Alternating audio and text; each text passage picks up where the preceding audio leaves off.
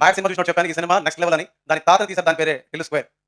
ఎట్లుంటది మరి మనతోని. ఇక డీజే టిల్లు స్క్వేర్ విషయానికి వస్తే, డీజే టిల్లు అనేవాడు ఒక స్ట్రేంజర్ ఉండే మనకి డీజే టిల్లు మూవీ వచ్చినప్పుడు. అండ్ వచ్చాక వాడు మన ఇంటి మనిషి అయిపోయాడు.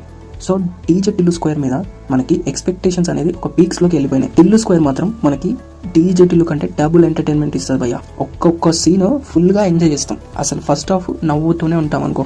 మూవీ మొత్తానికి ప్రాణమే సిద్ధు జొన్నలగడ్డ. తన యాక్టింగ్ అసలు నెక్స్ట్ లెవెల్. ఇందులో అనుపమ పరమేశ్వరన్ 3 డిఫరెంట్ కేటగిరీస్లో మనకి కనిపిస్తుంది. అది ఎలా అనేది నేను చెప్పి స్పాయిల్ చేయను. ఒక 2 సీన్స్లో మాత్రం అరుపులే. అనుపమ యాక్టింగ్కి మళ్ళీ క్రష్ లిస్ట్లో యాడ్ చేసేసుకుంటారు. మిగతా క్యారెక్టర్స్ అందరూ కూడా పర్ఫెక్ట్గా క్యారెక్టర్స్లో దూరిపోయారు. డీజే టిల్లులోనే ఒక్కొక్క సీన్ ఒక్కొక్క కిక్ ఇస్తుంది ఆడియన్స్కి.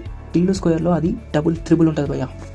ఫైనల్గా మూవీ మాత్రం ఫుల్ దివాళీ పటాకా. థియేటర్లో మిస్ అయ్యే ఫిలిం మాత్రం అస్సలు కాదు. ఖచ్చితంగా థియేటర్లో ఎక్స్పీరియన్స్ చేయాల్సిందే, ఎంటర్టైన్ అవ్వాల్సిందే.